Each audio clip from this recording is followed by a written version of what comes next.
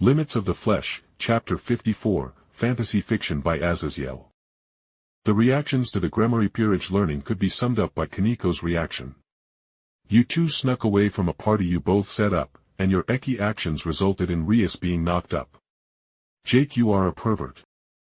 I thought Rias was the pervert with the impregnation fetish, but whatever. Either way, Akeno and Koneko were blushing messes who refused to meet my eyes at the news, while Kiba just congratulated me and asked when the wedding was.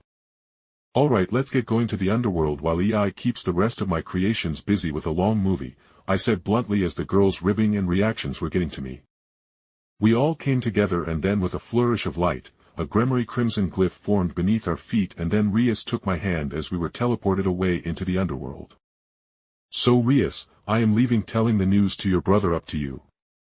I joked, and she looked at me like I was crazy as our small group was teleported into a large welcoming room with a maid sitting on a chair for our arrival. Mistress, your family is waiting for you in the south meeting room. Will your peerage be joining you as well?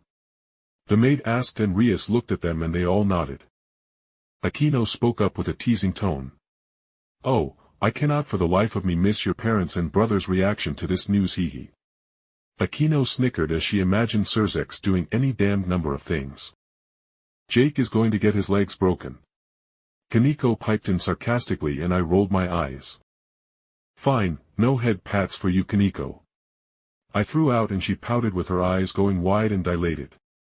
But why does Akeno still get head pats? She started it. Koneko said pitifully, and I just rolled my eyes. I then pointed at Akeno, who raised an eyebrow as I began to speak. Any punishment I give Akeno will just make her horny. If I physically punish her, she would get aroused due to being a masochist, and even if I ignore her, she will get horny at the lack of attention. I said bluntly, with Akeno giggling and giving me bedroom eyes. Plus you don't even give me head pats. But don't worry, Jake, even if you love me less and give me less affection than your least loved creation, I will still wait for you to pay attention to me. Akeno chimed in, making my eye twitch at how shameless and perverted she was. The maid, however, was a true professional, as even with all the nonsense we were saying, she didn't turn around to look at us as she walked us to the meeting room, and once we arrived she turned around and bowed to us. Mistress and her friends, here is the meeting room, so please excuse me as I have other responsibilities. The maid said respectfully before she walked back the way down we came through the highly ornate hallways. Rias took a deep breath, and then she gripped the doors of the meeting room, and with a clicking noise she dramatically threw open the doors and stomped in, with us following behind her. Mother, father, brother, sister, Milikas. I have important news.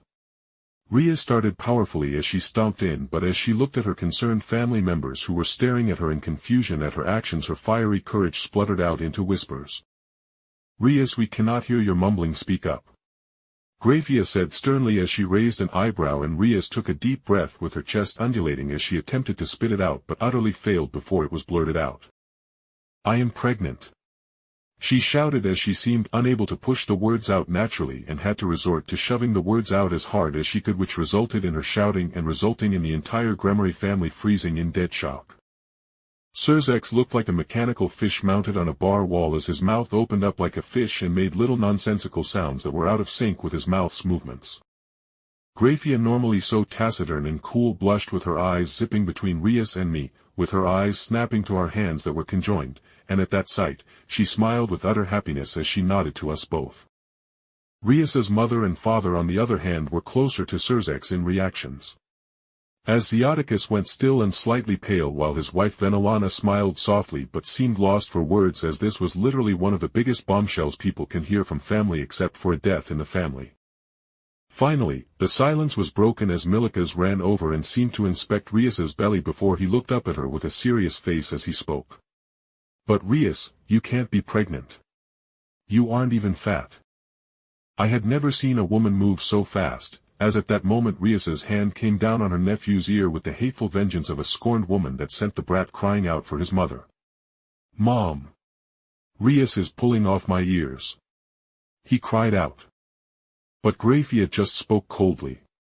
It's all right, dear, Jake can reattach it. Never call a woman fat, Milikas. She added chidingly as she took an elegant sip of her tea. Rias worked out all her stress into Milika's ear for a couple of seconds before letting him go with a huff. With that little episode out of the way, Surzex weakly smiled at me as he asked. Are you sure? Yup. Might as well mark the calendar for the day you will be made into the fun uncle you are. I said bluntly, and Surzex choked at the thought of my words as the scenario played out in his head, and then his fucking eyes rolled up into his head as he fainted with his head softly hitting the back of his reclined chair. Grafia loudly sighed with a wry smile as she walked over to check her husband, while the Gremory parents giggled with Grafia speaking as Rias's peerage looked concerned. Don't worry, he fainted when he learned I got pregnant. As well as when I gave birth. Grafia paused as she checked on her husband and she snorted. He fainted when Vinalana announced her pregnancy with Rias as well. That's some good blackmail. Do you have pictures? Akeno asked to giggle, and Vinalana matched her giggling with her own. Oh, of course I have pictures of all my family members at pivotal moments of their lives. Speaking of which, Jake, I need to get some pictures of you with the family to add to the Stasis collections. She said with love clear in her voice as she spoke to me, and I nodded with a soft smile as I came over to Zeoticus.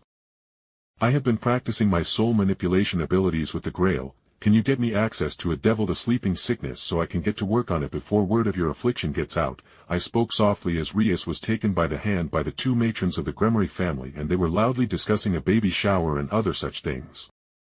Zeoticus nodded thankfully of my silent asking, as Milikus still didn't know of his affliction, so he responded equally as softly. Yes, in fact we already have a couple of maids that fell to the affliction that we take care for their centuries of service. I will lead you to them. He said, standing up and beside me with him speaking up to the party as Kiba silently escaped the room to flee the room of chatting ladies. Ladies, Jake and I will be going for a bit of father and son bonding time, as we are well aware of our inability to contribute to this conversation.